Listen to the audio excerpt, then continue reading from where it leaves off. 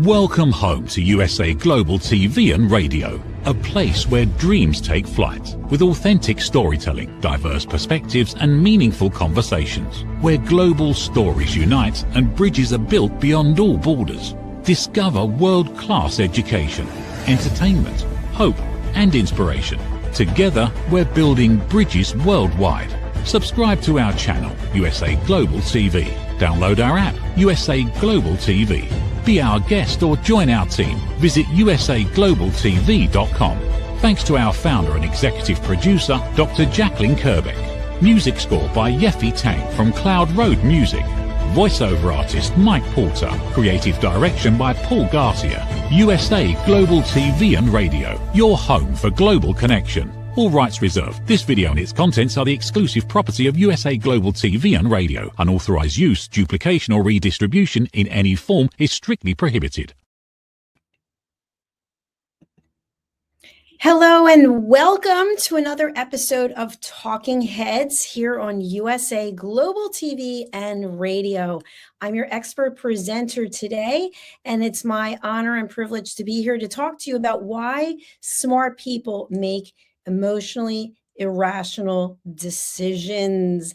And by the way, there's no judgment in this episode. This program is just for education and awareness purposes. So first, I'd like to ask you to subscribe to our YouTube channels. We have two of them, USA Global TV and Radio and Dr. Jacalyn KERBECK. We get really good information from YouTube about who's watching and where in the world they're watching. And so we'd love to have you with us over there.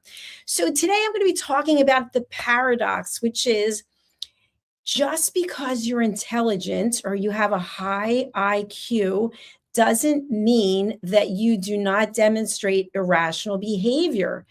I'm included in that as well. So we're going to talk about the difference between your IQ, your EQ, and your emotional regulation. So this program is not a personal attack about anyone or towards anyone. It's not about judgment. Again, I'm just here to bring education and awareness. So intelligence, when we think about that, that actually explains how someone can reason. It doesn't determine how they can detach themselves from the decision or from their ego.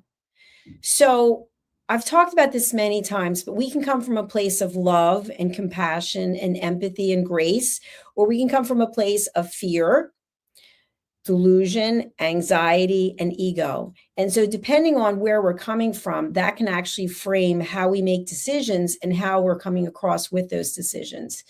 So when we think of the word irrational, meaning lacking ration, we can interpret that a number of different ways. When we look at emotionally irrational decisions, I think that can resonate a little bit more for people because we have emotions that are attached to it.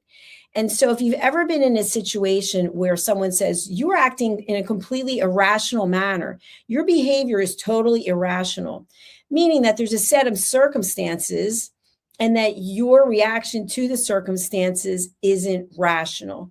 And of course, that can be filled with judgment. And so we're not talking about that today.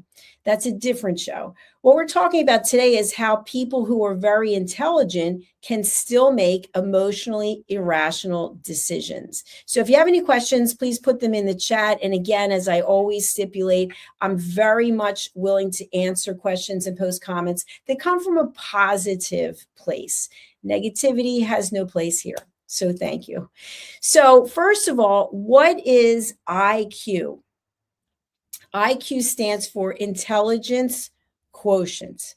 So IQ measures our cognitive ability. You may have seen some of these tests. I actually saw one on social media and I kind of fell for it. I went and I spent the 99 cents to find out what my IQ was after taking a bunch of tests. But basically what it does is it measures our logical reasoning. It also looks for patterns. So if you've ever taken an IQ test, they show you a certain number of things and you have to say, what's the thing that's going to come next? You're going to select whatever the pattern is that comes next.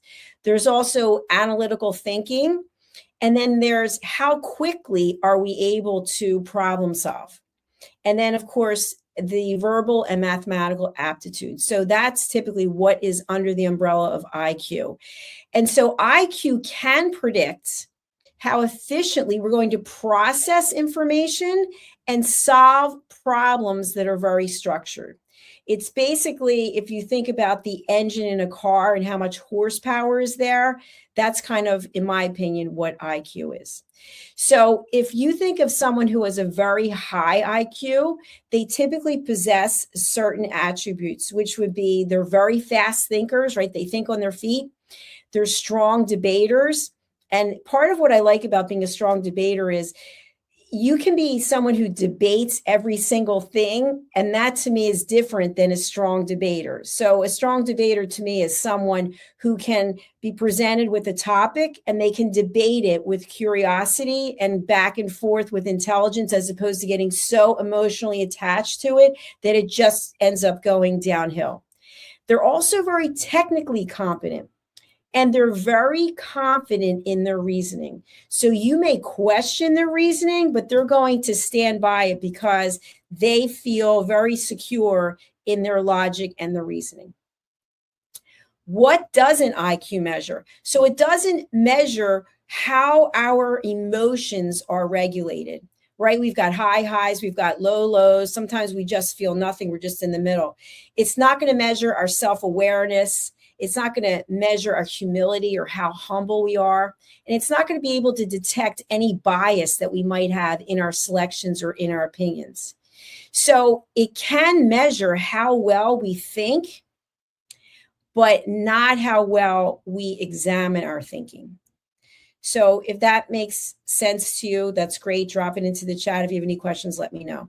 Now, something that we talk about on a regular basis on this network is also emotional intelligence.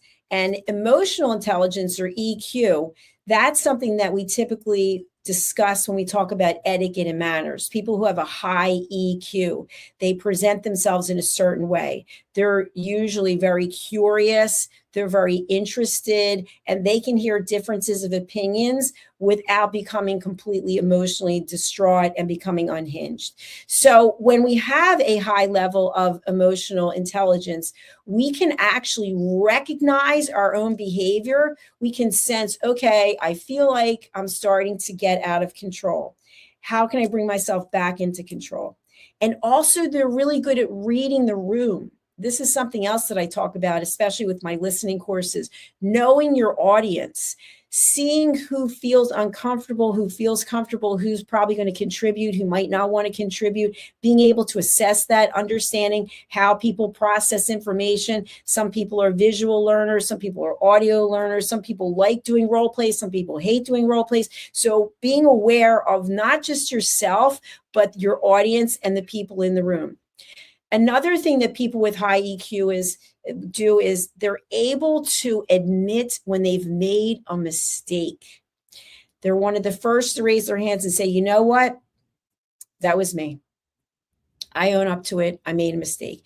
They're also very open to feedback. Sometimes when you give people feedback, they just shut down. You give some constructive criticism. And by the way, whenever we give constructive, I like to say feedback, I shouldn't say criticism, constructive feedback, we ask for permission. Would you be open to me sharing XYZ? Or how would you feel if I shared XYZ? We don't just launch into it. In fact, I just had someone do this to me the other day. They said, would you mind if I gave you some professional feedback? And I said, I would mind, and I don't want it. And they said, well, I'm going to give it to you anyway. So that to me is not a high EQ individual. That's just someone who wants to get their point across. And they're also really skilled at managing conflict. I've talked about this before about jumping into the fire. So if you've ever gone on a hike, or if you've ever been on a reality TV show or Survivor, etc., you've watched it, usually someone has to start a fire. And so you need certain things to be able to start the fire, and you need certain things to be able to have the fire continue to build and to grow. Or you can choose not to build a fire, not to maintain the fire, and maybe not even to go into the woods. So there's a certain skill set that high EQ individuals have when it comes to managing conflict. So today we're talking about why smart people make emotionally irrational decisions. And the tension really lies in between that gap between IQ and EQ. So high IQ without a developed high EQ usually creates a very predictable pattern. What is that? A person with a high IQ can build very sophisticated arguments to defend weak positions. So, in other words, if you have a high IQ and you're having a conversation with someone who's maybe not have a high IQ, and by the way, how do we assess this and how do we judge? We basically can tell if someone's on the same playing field as we are, meaning they seem open to conversation, they seem open to debate, they're open to feedback, a lot of the things that we just shared. So this isn't just making a judgment. This is you being able to assess when you're with another person. Are they self-aware? Are they adaptable? Are they willing to admit mistakes? Are they open to feedback, etc.? And so when we are highly intelligent, we can choose to put together a defense of something that might not even make sense, but the other person can't understand it. So we're coming up with very sophisticated arguments to defend very weak positions. Okay, the next thing is the person with the biggest ego sometimes is considered to be the smart one. And I just have been watching a show called Traders. I don't know if you're familiar with this show, but it's a reality TV show. And one of the participants talks a lot and is very verbal and is very outspoken. And so that intimidates some people. And I think in this particular instance, I think that this person's using it as gameplay, but I'm not sure. But people can use this as gameplay in life, right? If I overtalk you, if I outtalk you, then I could be perceived as being more intelligent because I just have so much to say. Meanwhile, what it does is sometimes it drives the other person backwards and they're sort of in a weaker position in their own mind because this person has stepped up based on their ego to be able to overtalk you. And to me, and I'm not talking about the particular TV show, but when I've witnessed this in real life, to me, that doesn't come across as a high IQ, that comes across as a bully. And bully can be a judgmental term, but we all know what bullying behavior is. So that's not what we're talking about today. However, when we make emotionally irrational decisions, we can be perceived as coming from lower vibrations, as being perceived as coming across with negative energy. So that's not something that I want to do. We all have a choice. You can choose if that's how you want to show up. So the whole point of this episode, again, is to bring education and awareness. It is not to judge anyone for how they're showing up or how they're not showing up. So we also can come across with emotional threats. So when we're emotionally threatening someone, that is defying logic. So we could come across and say something intentionally to hurt someone, which could be, there's no way you're going to make it without me.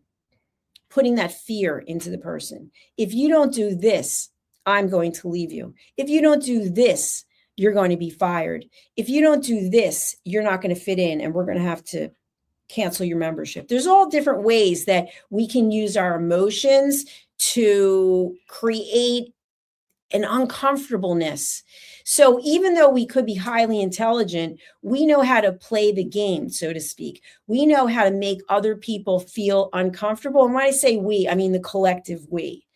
So using intelligence for that means of decision making is not something that I advocate for. Because when we are gifted with a high IQ and or a high EQ, to me, that truly is a present. And so how we show up with that, if we're going to use that to make other people feel uncomfortable, or we're going to use that to manipulate other people, then that's not something that I advocate for. So when our reputation or status or identity is challenged, what happens is our emotional brain starts to activate. And then our IQ starts to work to defend our ego instead of discovering what the truth is. So I've talked many times, and I'm sure you've heard other people talk about the 5 whys. Sometimes I think there can be 7, 8, 9, 10 whys. And basically, we're showing up a certain way. Why? Then we come up with an answer. Why? And by the time we get down to 5, 6, 7, 8 whys, we typically have the core of what the issue is.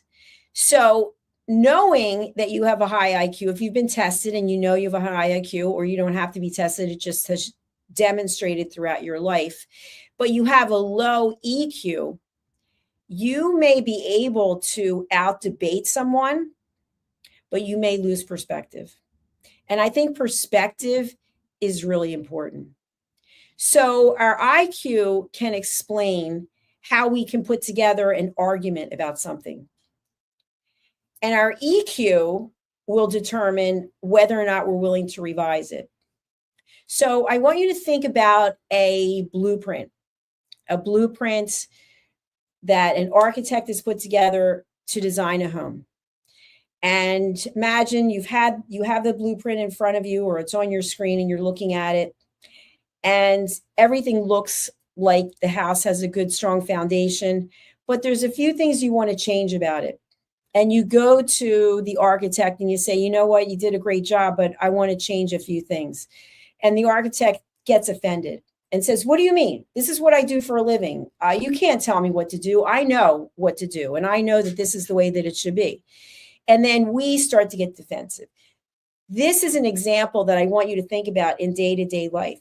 Because even though we don't specifically have a blueprint for our life and we don't have a blueprint for our relationships, there is a blueprint, and it's evolving because life is filled with changes and opportunities. And if we are not willing to revise the blueprint, then we might be losing out. So in the example I just gave, which I just came up with, the architect may say, you know what? This is the way I'm building the house. And if you don't like it, you can go find another architect. And another example, which this has happened to me, it might have happened to you, you go out for dinner or lunch and you look at the menu and you want to make some changes because you have food allergies or you just have to tweak something that's on the menu. And the server says to you, I'm really sorry, but chef will not allow any changes. Then the chef comes out and says, why would you want to change my dish? This is an award-winning dish. This is the way we serve the dish. If you don't like this dish, then you can leave. Now, the chef has every right to do that, and you may choose to leave. It's the same thing in a relationship, except we have choices because we're not all of us award-winning chefs and we're not all architects, but we are the architect of our own blueprint. So we may have to refine that blueprint. We may have to refine that recipe. We may have to refine whatever it is if we want to have cohesiveness and peace. But that's not always our goal. For some of us, our goal is to be right. We want to be right regardless. So no matter how much IQ we have or how much EQ we have, usually the EQ and what I'm talking about are not going to go together. We want to be right. For every conversation, we're the winner. I won that conversation. I showed her. I showed him. And the other person is completely beaten down, maybe sometimes in tears, but we're the victor because we won. Now, to me, that's not winning. To me, that's not, I feel great about this. I feel good about the way that it went. But some people do feel that way. So we can use our intelligence to manipulate conversations, to manipulate resolutions, because we're able to outthink the other person or the situation. And by the time they catch up, we've already won. But what is winning? What is winning? Each of us have our own opinion about it. To me, winning is having peace, is being able to sleep at night, is being able to have calm conversations with other people who have completely different opinions than I do. I call that curiosity. And I think when you travel the world and you see how other people live, it's really interesting. I think it's fantastic. Even in the United States of America, different parts of this country, you can go different places and people live different lives. Now, when you encounter someone who has not traveled the world, they might only see things through their own eyes. And that's that example of the architect with the blueprint. They see it as the blueprint of where they live or how they were raised. They can't imagine it being any other way. And so we have a choice, and the choice is that we accept how that person sees things or we don't. And we have a choice of, when we don't, how we show up. Are we going to judge them? Are we going to label them? Are we going to make them feel bad and say things that are negative? Or are we just going to be quiet? I think the real joy is in finding peace. And for each and every one of you who are out there, how many of you are living a peaceful life? Now, when I say peaceful life, does that mean necessarily that you're a monk? Does that mean that you are living in isolation? Does that mean you're staring at a wall? No, of course not. It doesn't mean any of those things. What it means is that in here, you are at peace. You are happy with yourself.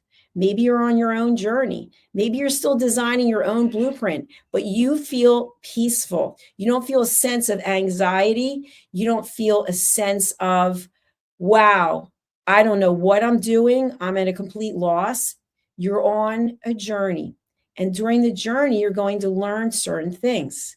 And so think about how you're using your intelligence. We have some of the most intelligent people in the world running our world, and they make mistakes. They make mistakes. Sometimes they're not using their own emotional intelligence. Sometimes they're listening to others. And even on social media, it amazes me what garners so much attention is the negativity. People love negativity. I personally don't. I don't succumb to any of those things. I don't comment on any of those things. But yet, highly intelligent people are commenting on things on social media that are of the lowest vibration whatsoever, and they just keep perpetuating it. So there's a story that might have been out years ago, and they continue to perpetuate the story today. You have to ask yourself why. Why are you spending your time doing this instead of helping others? If there's a situation where people were harmed, why aren't you helping them? Why aren't you reaching out to them? Why aren't you giving back instead of spending your time promoting negativity?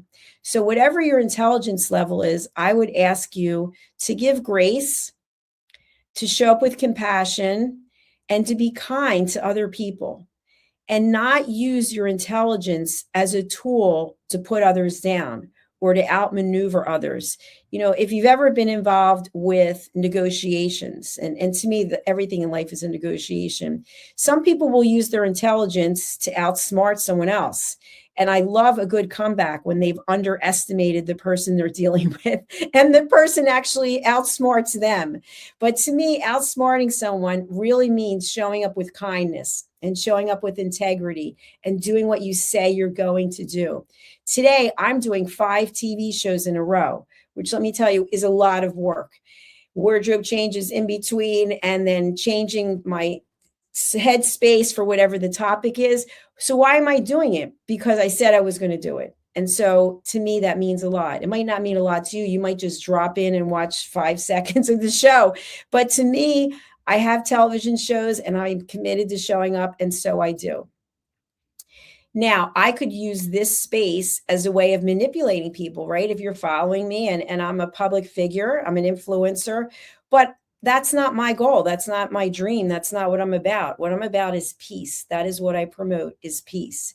And so I hope if you are following me, or if you're new to following me, that you are someone who wants to live a peaceful life. Maybe you're not living it right now, but that is your goal. You are working towards it.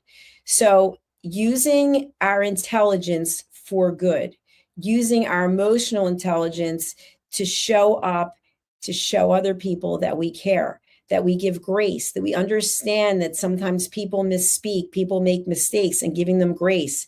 And so there are horrible things that happen to people. And if you've ever watched a courtroom situation where there's someone on trial who has murdered someone's family or whatever the case may be, and you see the family members who are left and they forgive the person.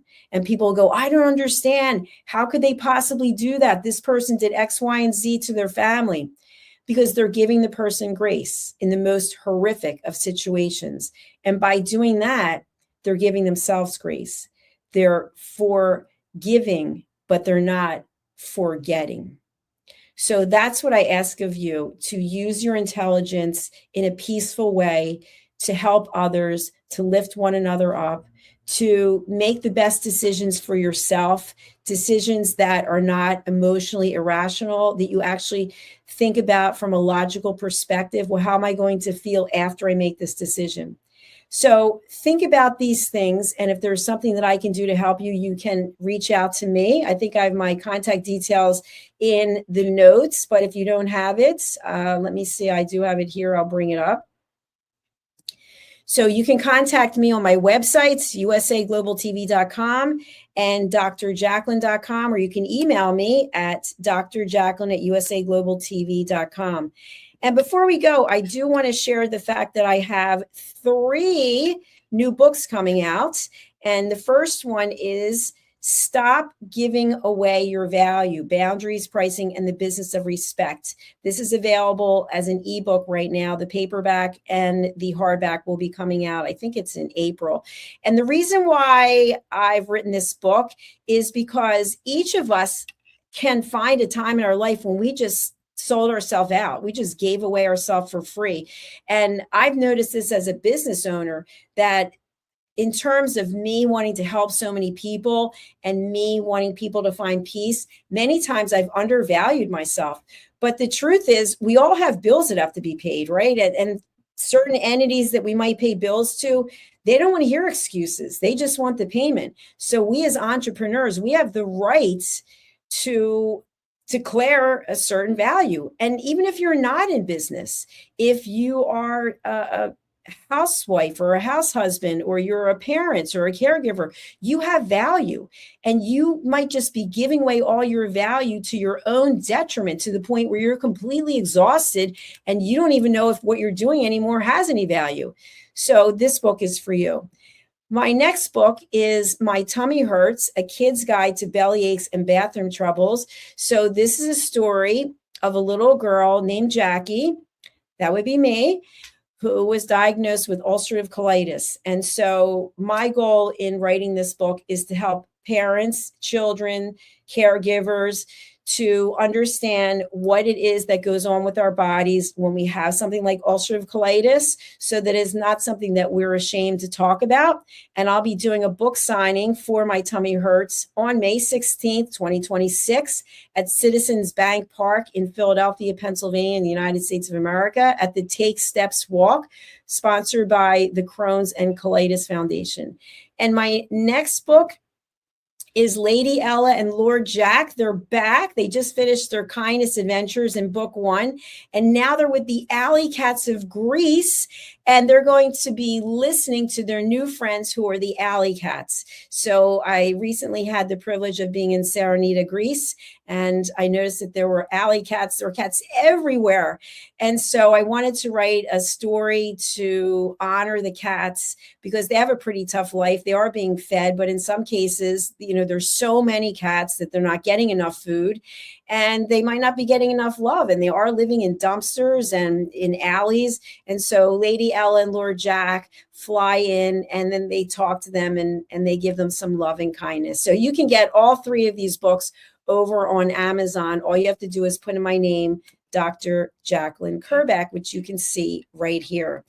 Okay, I'm going to be signing off and coming back with my next episode, which is What You Never Learned in School. And we'll be exploring another interesting topic there. I'll be back with Talking Heads next week. We'll see you soon. Over to our sponsors. Bye for now. USA Global TV and Radio proudly presents Tracy Cram-Perkins, a dementia caregiving survivor, teaching how to balance care with peace of mind. #1 resource for dementia caregivers. It's the book, Dementia Home Care, How to Prepare Before, During, and After. Over 17,000 copies sold of this must-have guide. And now a testimonial from Tracy Smith.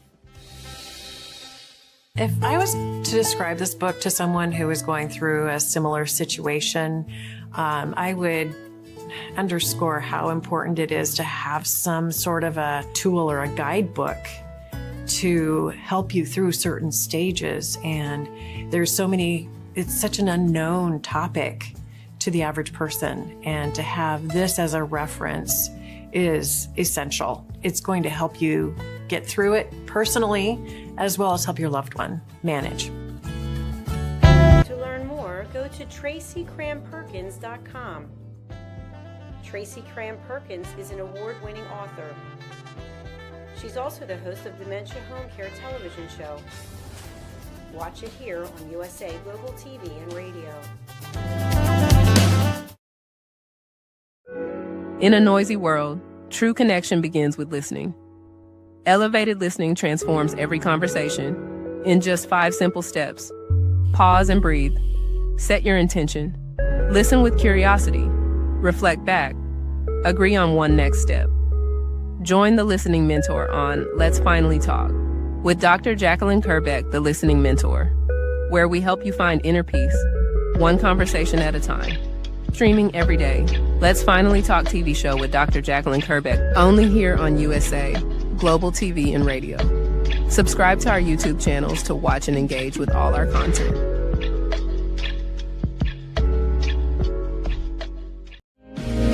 Listen, babe, now, listen, babe, now.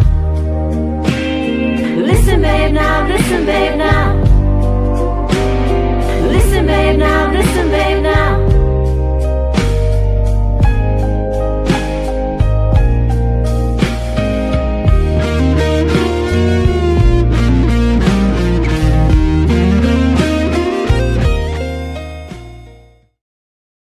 Thank you, viewers and listeners of USA Global TV and Radio, for joining us today. We're honoured to have your time and attention as part of our global community. At USA Global TV and Radio, we believe in the power of authentic conversations, meaningful connections, and creating a world of possibilities together. Want to be part of something bigger? Join our team of elevated listeners at usaglobaltv.com, a space where your voice matters and your ability to listen transforms relationships. Stay connected with us across all our platforms for thought-provoking discussions, expert insights, and empowering stories.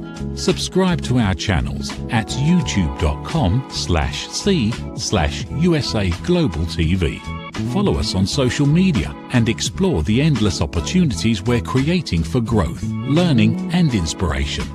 Together, we're not just broadcasting, we're building bridges and changing lives one conversation at a time. For inquiries, contact us at info@usaglobaltv.com. Produced by Executive Producer and Director Dr. Jacalyn KERBECK.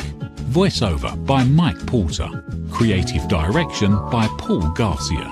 All rights reserved. Visit usaglobaltv.com to view our full terms and conditions.